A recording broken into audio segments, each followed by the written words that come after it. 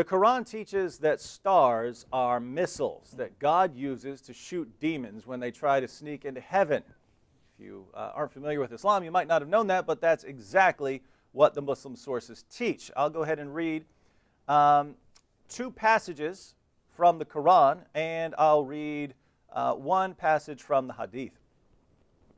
This is chapter 37 of the Quran, verses 6 through 10. Chapter 37, verses 6 through 10.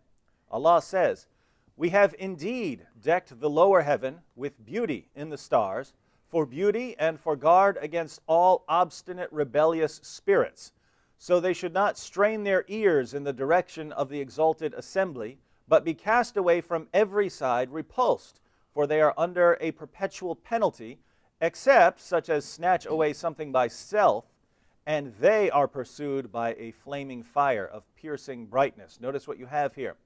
We have indeed decked the lower heaven with beauty in the stars. So the stars are made for beauty and for guard against all obstinate, rebellious, evil spirits. So these stars are somehow guarding against rebellious spirits. Well, how do they do that?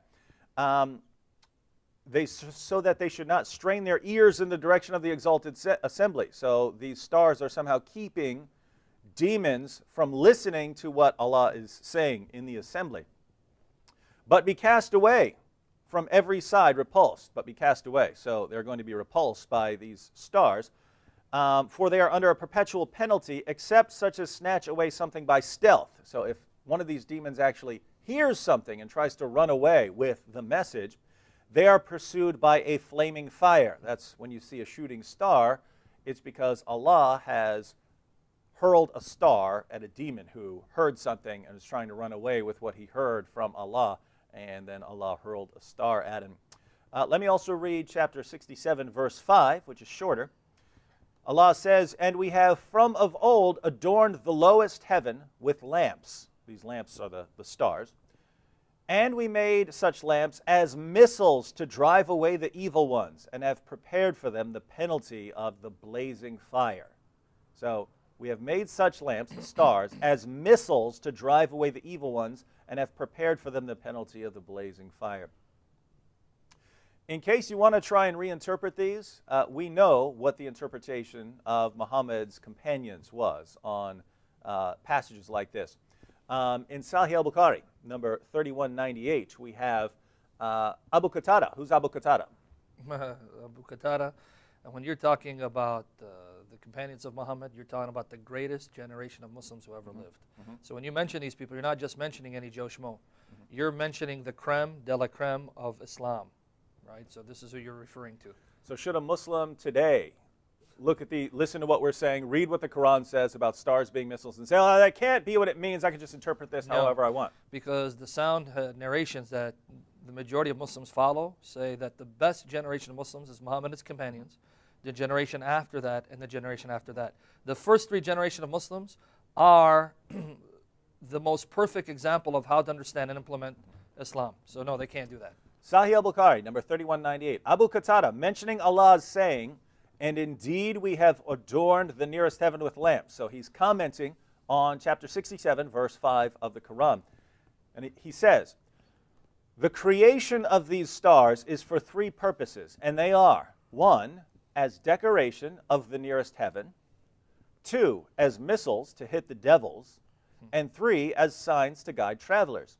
So if anybody tries to find a different interpretation, he is mistaken and just wastes his efforts and troubles himself with what is beyond his limited knowledge. Notice, he doesn't just say, "Hey, this is my limited opinion."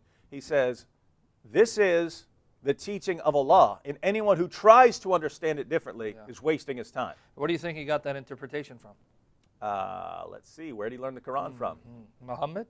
Yeah. So you can't just brush him aside. You can't do that if you're going to be consistent to your position, because we're dealing with Sunni Muslims, and that's vitally important.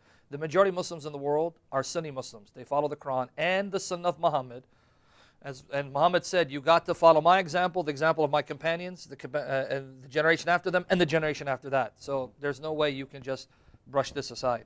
So, according to Islam, stars are Yeah, missiles that God uses to shoot demons when they try to sneak into heaven. you got it. and there's no way around it. Yep.